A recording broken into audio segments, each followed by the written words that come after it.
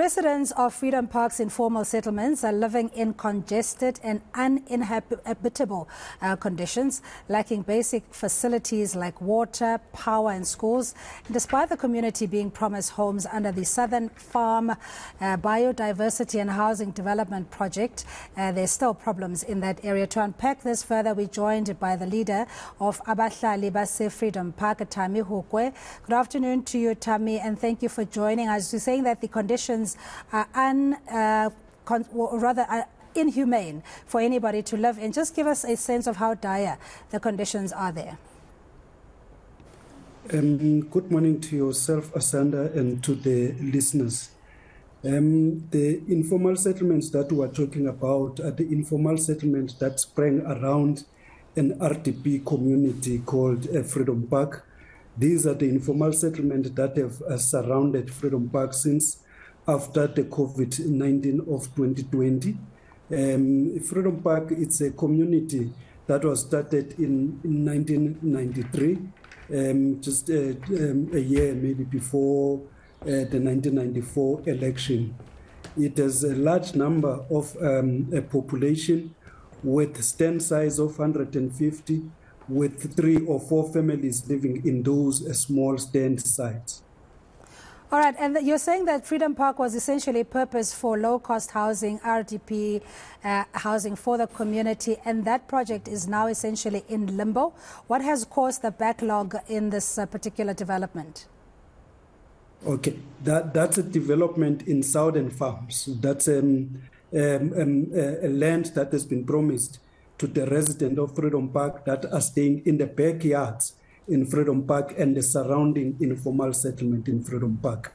These are the communities that were excluded by the development that happened, RDP development that happened in Freedom Park. As a result of that, many of them ended up occupying a land outside the formal development in Freedom Park, and most of them, they are living in the backyards of Freedom Park. I want to believe that this development, Southern Farms, mega housing development, has been delayed because of the local government of unity, or otherwise known as the coalition government. I think this is the 10th, if I'm not mistaken, mayor of the Johannesburg city that has had to help us to fast track or speed up the development of the housing development in Southern Farms. All of these mayors have been promising in their terms, whilst they were still the mayors, that they will deliver. However, none of them has delivered since the Southern Farm project was initiated.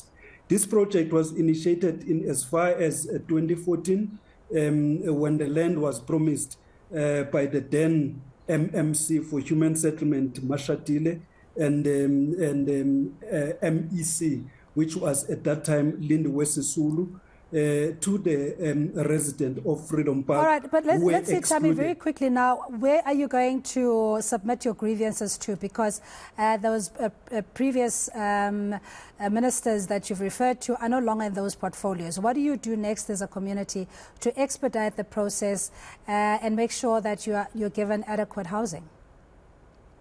Yes, we were actually excited by the announcement by the current mayor of Johannesburg in his State of the City address, when he announced that the project was going to be commenced in this budget financial year. However, we are now worried that it is towards the end of the year and nothing has happened so far within the land. So we decided as the community to write to the mayor a letter that was raising concerns. And from the letter, the mayor has telephonically responded to us to say that he was to meet with us last week. However, that meeting did not happen, but it was postponed by the mayor. And we were raising concerns that there are plans by some certain groups within the community to invade that land.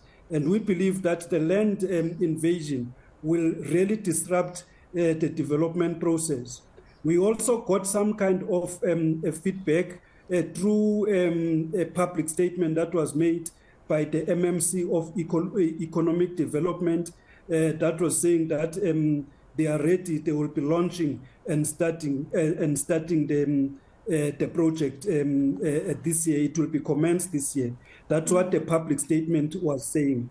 But all right, Thami, we're going to have to leave it there for the moment in the interest of time, but it's something that we'll certainly follow up on, especially with the promises being made to desperate communities who rely on every word that your politicians will tell you with regards to providing basic services.